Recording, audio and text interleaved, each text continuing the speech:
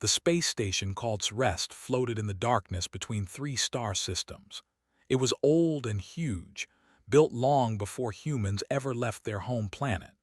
Millions of beings from hundreds of different worlds lived and worked inside its metal walls. Ships came and went every hour, bringing goods and people from across the galaxy. Arrived on a small transport ship on a cold morning by station time.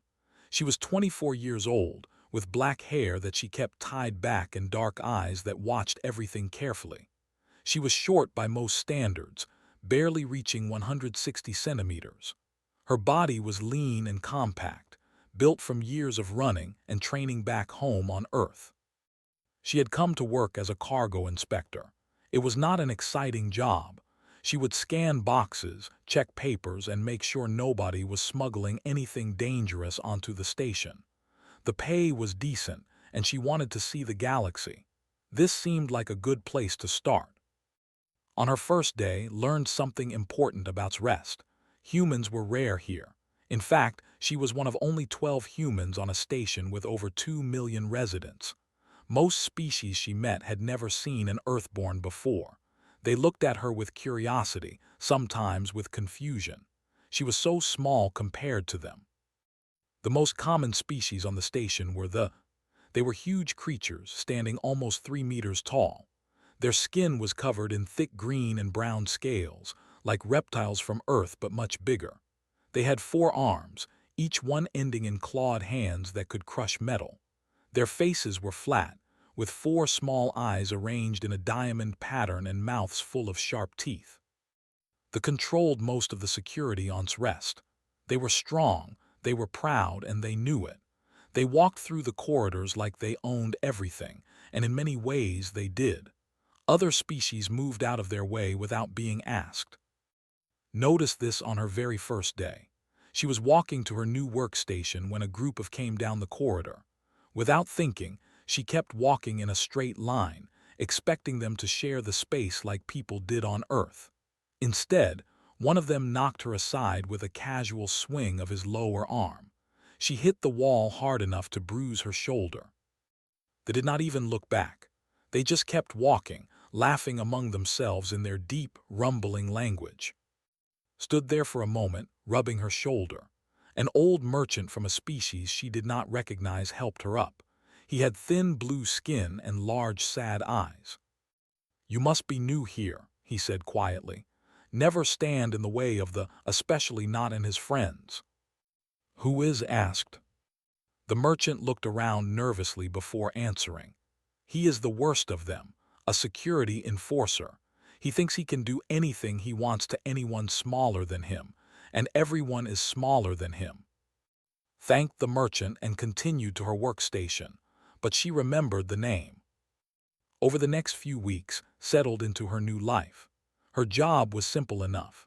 Ships arrived, she scanned their cargo, she filed reports. Her supervisor was a 4-armed creature named who seemed surprised that could lift heavy boxes without help.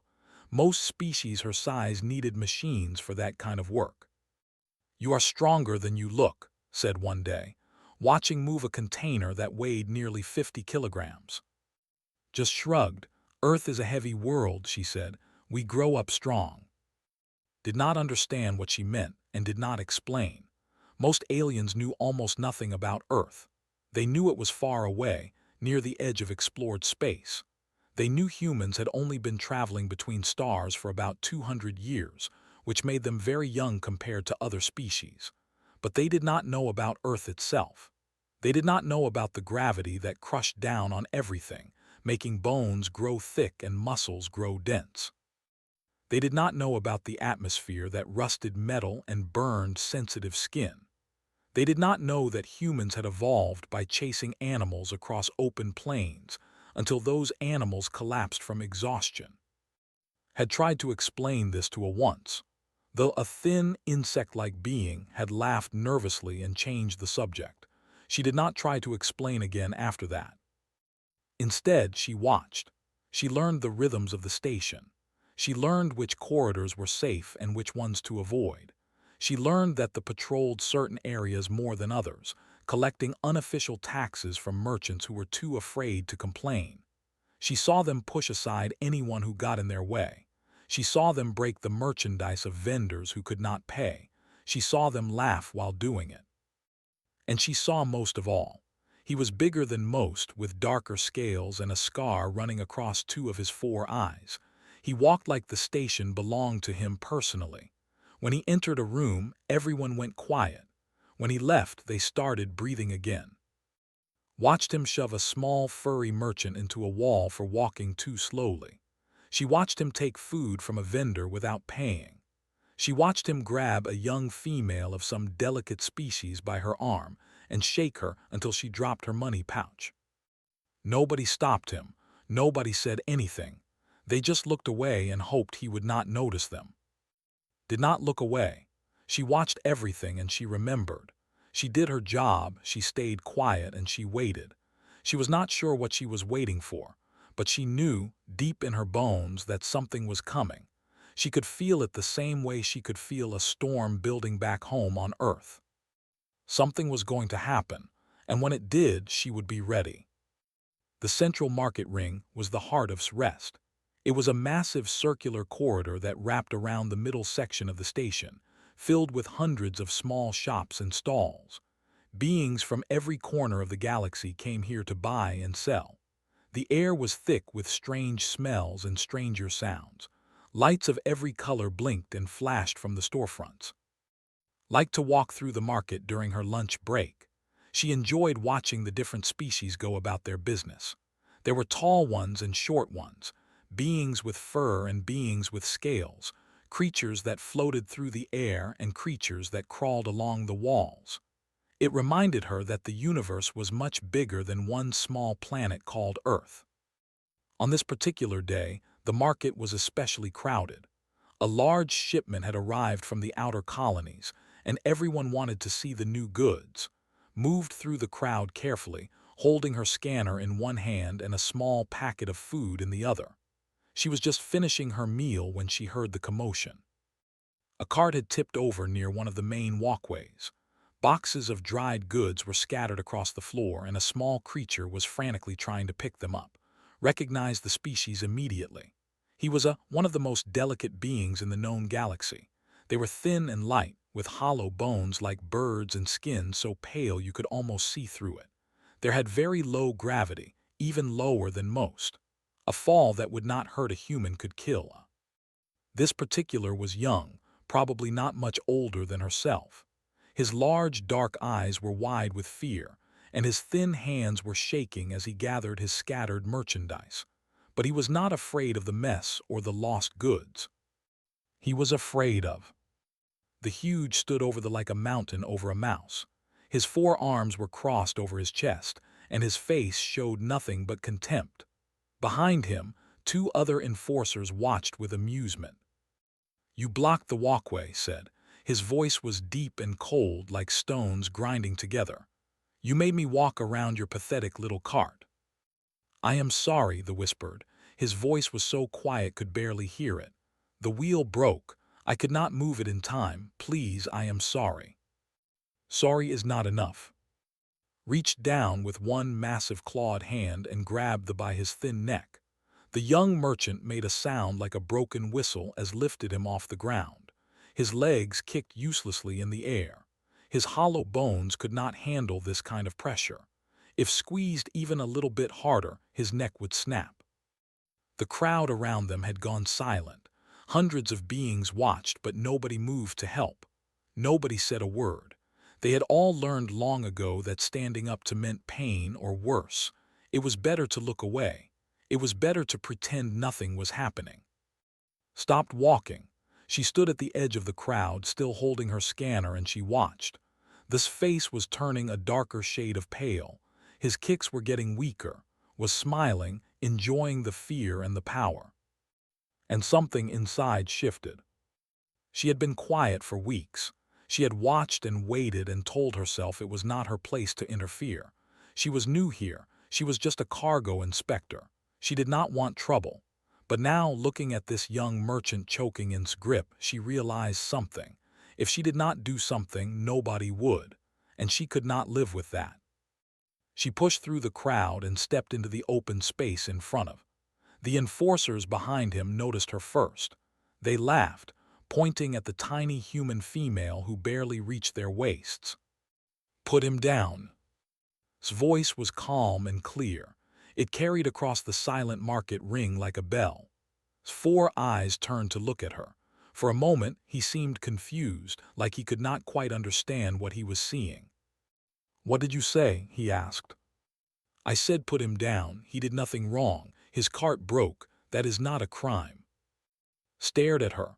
Then he laughed. It was an ugly sound, full of disbelief and amusement.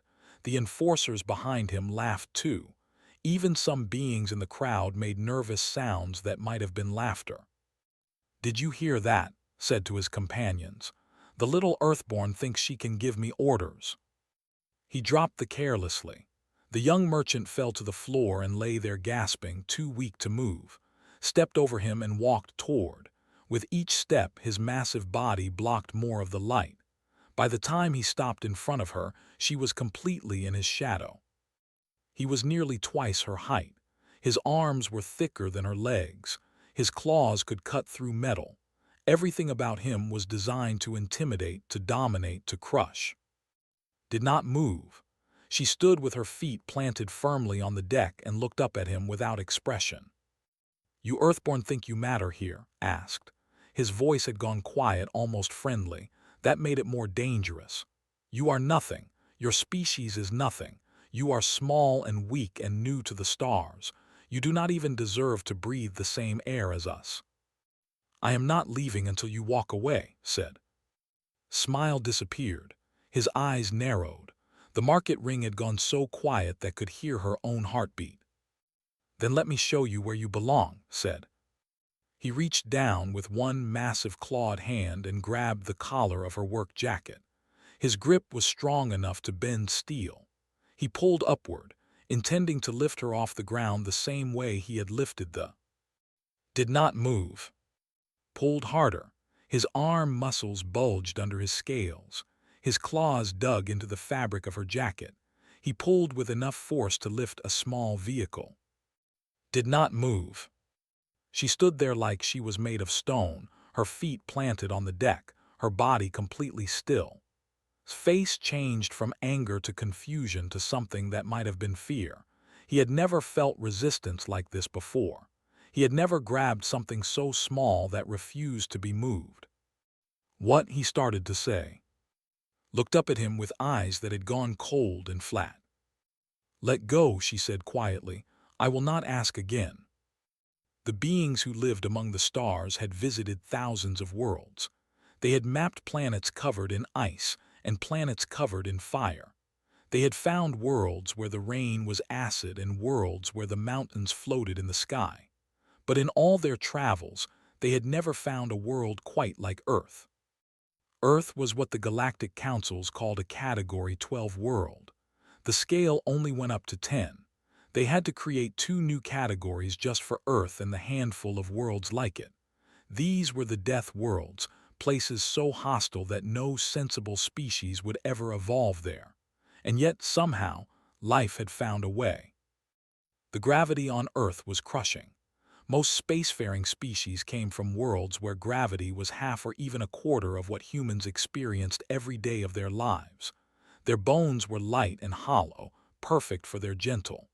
Their muscles were thin and efficient, designed for minimal effort. They had never needed to be strong because their worlds had never demanded strength. But Earth demanded everything. From the moment a human was born, gravity pulled down on every part of their body. Their bones grew thick and dense to support their own weight. Their muscles developed in layers, each fiber strengthened by constant use. Their hearts pumped harder to push blood uphill against the endless pull of the planet. By the time a human reached adulthood, they were carrying a weight that would have killed most other species. And that was just the gravity. Earth's atmosphere was filled with oxygen, one of the most dangerous gases in the universe. Oxygen burned. It corroded metal. It ate through organic material over time. Most species needed special equipment just to breathe on Earth without damaging their lungs. But humans breathed that toxic air every moment of every day. Their bodies had learned to use the poison as fuel, burning it to create energy that other species could only dream of. The planet was also covered in water, a substance that dissolved almost everything it touched. Humans not only survived around this universal solvent but swam in it for fun. They let it fall on them from the sky and called it refreshing. But perhaps the most terrifying thing about humans was how they hunted. Most predator species in the galaxy were built for speed. They chased their prey in short, explosive bursts, caught it quickly, or gave up. Their bodies could not handle extended effort. They overheated. They ran out of energy. They needed to rest. Humans were different. Humans did not chase their prey fast. They chased it slow. They followed it across plains and through forests, walking when the animal ran, jogging when it walked, never stopping, never resting, never giving up. The prey would sprint away, then stop to catch its breath, certain it had escaped. Then it would see the human appear over the horizon, still coming, still following. The animal would run again and the human would follow again. This could go on for hours, sometimes days. Eventually, the prey would collapse. Its heart would give out. Its muscles would fail. It would lie on the ground, unable to move, watching the human finally catch up with that steady, endless pace. And then the human would kill it, barely breathing hard. This was what humans called persistence hunting. This was the engine that had shaped their evolution. This was what made them so terrifying. And this was what did not understand, as he pulled uselessly its collar in the middle of the market ring. He saw a small female from a young species. He saw someone half his height and a quarter of his mass. He saw weakness. He saw prey. He did not see the dense bone structure that had developed under 10 times his gravity. He did not see the layered muscles that had been compressed and strengthened by 24 years of constant resistance. He did not see the cardiovascular system that could maintain peak performance for hours without rest. He did not see the predator looking back at him. Watched struggle with a strange feeling of calm. His face had shifted from confusion to anger to something close to panic. He was using both of his upper arms now, pulling at her jacket with all his strength. The fabric was tearing, but her body was not moving. She could feel his strength through the grip on her collar. He was strong, truly strong by galactic standards. He could probably lift 1,000 kilograms without much effort. He could bend metal bars with his bare hands. He could crush stone. But's body was not made of metal or stone. It was made of earth. Finally let go of her collar and stepped back. His scales had flushed a darker color, which guessed meant fear or embarrassment or both. His 4 eyes were wide, and his breathing had become heavy. "What are you?" he asked. Straightened her torn jacket. "I am human," she said simply. "I am Earthborn." The crowd around them had not moved. They were watching with a mixture of confusion and fascination. Nobody had ever seen a struggle to lift something before. Nobody had ever seen anyone stand their ground against. But's pride was stronger than his fear. He could not back down now, not in front of so many witnesses. His reputation depended on dominance. If he walked away from this tiny human, he would be finished. So he made a decision that would change his life forever. He pulled back one of his massive arms, claws extended, and swung its head with all the force he could gather. It was a killing blow, the kind that had ended lives before. The kind that no small creature had ever survived. Moved. To her, the movement was not particularly fast. She simply shifted her weight, leaned her head to the side, and let his arm pass through the space where her face had been. She had done similar things 1,000 times in training back on Earth. Avoid the strike. Find the opening. Counter. To everyone else in the market ring, she disappeared. One moment she was standing in front of. The next moment she was beside him, her hand wrapped around his extended wrist, her feet planted in a solid stance. Had time to feel surprise. He had time to feel fear. Then twisted his arm, and the sound of breaking bone echoed through the silent market. The scream that came from was unlike anything the crowd had ever heard. It was high and raw and filled with pain and disbelief. Did not scream, did not feel pain like other species. Their thick scales and dense muscles protected them from almost everything. But now the most feared enforcer on the station was screaming like a wounded animal. His right upper arm hung at a wrong angle, the bones clearly shattered beneath the scales. Had released his wrist and stepped back, her face still calm, her breathing still steady. She watched him the way a scientist might watch an experiment. Swung at her with his other upper arm. It was a wild, desperate attack, nothing like the controlled strike he had thrown before. Pain and rage had made him sloppy, ducked under the blow easily. His claws passed over her head close enough to disturb her hair, but they did not touch her. She came up inside his guard, closer than he expected. Her forearm met his descending arm, and the impact sent a shock through both of them. But had braced herself for the hit. Had not. His scales split along his arm where they had struck her human bone, and dark blood began to seep through the cracks. He tried to grab her with his two lower arms, the ones he normally used for delicate work. These arms were weaker than his upper arms, but they were still strong enough to crush most species. His clawed hands reached for her throat, her shoulders, any part of her he could catch. Was faster. She had spent years training in martial arts back on Earth, learning how to fight opponents who were bigger and stronger than her. Of course, even the biggest human was nothing compared to but the principles were the same. Use their strength against them. Stay mobile. Strike at weak points.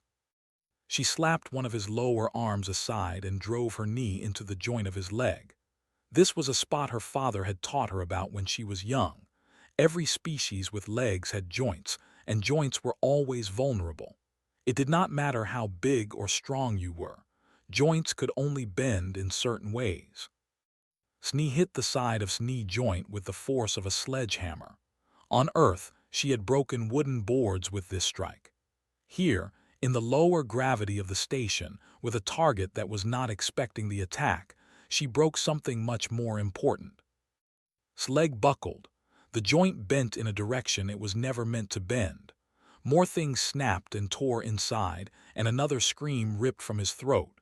He fell forward, all 3 meters and hundreds of kilograms of him, crashing to the deck like a collapsing building. The two enforcers who had been watching moved forward at last.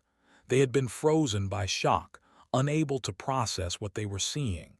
Their leader, the strongest on the station, was being destroyed by a creature half his size. It did not make sense. It could not be real. But it was real, and now they had to do something about it. The first enforcer reached for the weapon at his belt. Before his clawed hand could touch it, was there. She grabbed his wrist and twisted, not hard enough to break bone, but hard enough to make him release the weapon. Then she used his own momentum to throw him over her hip. He hit the deck with a crash that knocked the air from his lungs. The second enforcer was smarter. He stepped back and raised his hands in a gesture of surrender. His 4 eyes were fixed on with something that might have been respect or might have been terror. "I am not fighting you," he said quickly. "I want no trouble." Nodded once and turned back too. The big was trying to push himself up with his remaining good arm. His broken leg dragged uselessly behind him. His shattered arm hung at his side. Blood was pooling under him, dark and thick against the metal deck. He looked up with eyes that had lost all their arrogance. "What are you?" he asked again. His voice was weak and broken, nothing like the cold confidence he had shown before. Crouched down so she could meet his eyes, she was not cruel about it. There was no satisfaction on her face, no joy in his suffering. She looked almost sad. "I told you already," she said. "I am human, I am Earthborn. My people come from a world that tried to kill us every day of our lives. We survived. We grew strong. We learned to never give up." She leaned closer. "And we learned to protect those who cannot protect themselves. That merchant you were choking, he has a family. He has dreams. He has a life that matters. You thought he was nothing because he was small and weak. But size and strength do not make someone valuable. Kindness does, courage does, compassion does. She stood up. Maybe when you are healed, you will remember this. Maybe you will treat others better, or maybe you will not. But either way, you will never forget what happened here today. You will never forget what an Earthborn can do when pushed too far. The crowd had started to make noise again. Whispers were spreading through the market ring like ripples in water.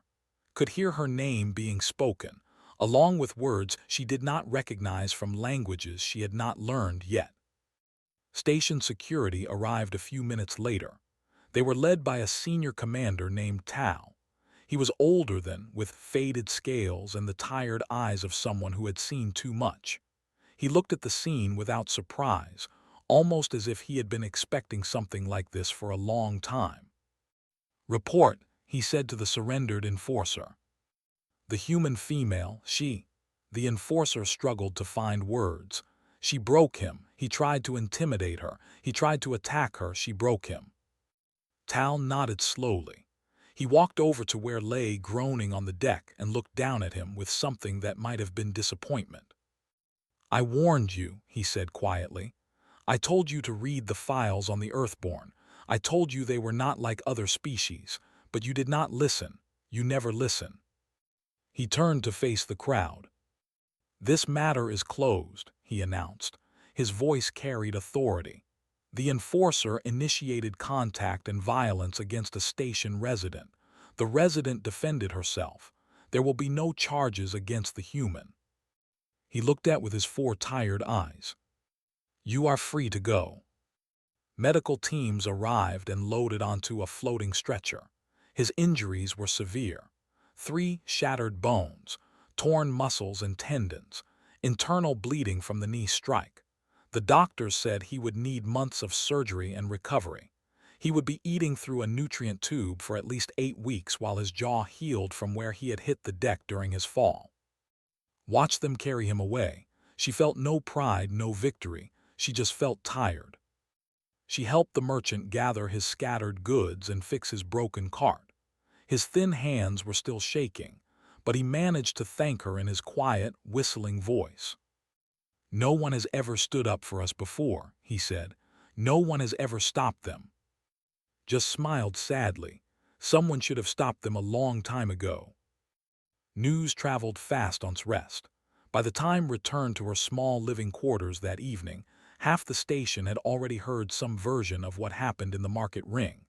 The stories grew with each telling, as stories always do. Some said she had killed with a single punch. Others said she had fought 10 at once. A few versions claimed she had not even been touched during the entire fight. The truth was strange enough, without exaggeration. Did not sleep well that night. She kept replaying the events in her mind, wondering if she could have done something different. She had hurt someone badly, perhaps permanently. Yes, had been cruel. Yes, he had been a bully who preyed on the weak. But she had broken his bones and left him bleeding on the deck of a public market. Was that justice, or was it just violence? She was still thinking about it when she reported for work the next morning. Her supervisor was waiting for her at the cargo inspection station. His 4 eyes studied her with an expression she could not read. "You came to work," he said. "Was I not supposed to?" Made a sound that might have been a laugh. "I thought perhaps you would take some time off, after what happened." Shook her head. "I would rather keep busy." So she worked. She scanned boxes and checked papers and moved containers from one place to another. The work was the same as it had always been, but everything around her had changed. She noticed it in small ways at first. Who had barely spoken to her before now nodded respectfully when she passed. Merchants who had ignored her now called out greetings. Even the maintenance workers, quiet beings who usually avoided eye contact, watched her with something like admiration. By midday, the changes had become impossible to ignore. 3 different species had offered to buy her lunch. A group of young workers from the engine division had asked to take a picture with her. An old, his scales faded almost white with age, had stopped her in a corridor just to shake her hand. "Thank you," he said simply. Someone needed to teach that one a lesson. Word had spread beyond just the incident itself. People were researching Earth now, looking up information about the strange little planet that produced such dangerous creatures. What they found scared them and fascinated them at the same time. Category 12 World. Death world, crushing gravity, toxic atmosphere, persistence predators. The small, soft-looking human suddenly seemed much less soft. Returned to the market ring during her lunch break. Part of her was nervous about going back there, but she refused to let fear control her choices. The market was busy as always, filled with the same strange smells and colorful lights. But the atmosphere had changed. The tension that had always hung in the air, the constant fear of bullying enforcers, had lifted somewhat. She found the merchant in his usual spot. His cart was fixed, and his goods were neatly arranged. When he saw approaching, his large, dark eyes filled with emotion. "You came back," he said. "I wanted to see how you were doing." The merchant reached under his cart and pulled out a small wrapped package. "I have something for you, a gift from Mai." Unwrapped the package carefully. Inside was a small carved figure, about the size of her palm. It was made from a material she did not recognize, light and smooth with an inner glow like captured starlight. The figure showed a creature standing with its arms raised to the sky. "It is a guardian spirit," the merchant explained. "On my world, we believe these spirits watch over those who protect the innocent. I thought you should have one." Felt her throat tighten with emotion. She had not helped the merchant to receive thanks or rewards. She had helped him because it was right. But the simple kindness of this gift, the genuine gratitude behind it, touched her deeply. "Thank you," she said. "I will treasure it." In the weeks that followed, more humans began arriving at Rest. It was not because of directly, just the normal flow of people through the galaxy. But each new human arrival was watched more carefully now. People paid attention to these small, quiet creatures from the death world near the edge of space. There was a young mechanic who could work for 16 hours without rest. His watched in amazement as he lifted engine parts that usually required machines. There was a medic who treated patients with calm efficiency, even during emergencies that sent other species into panic.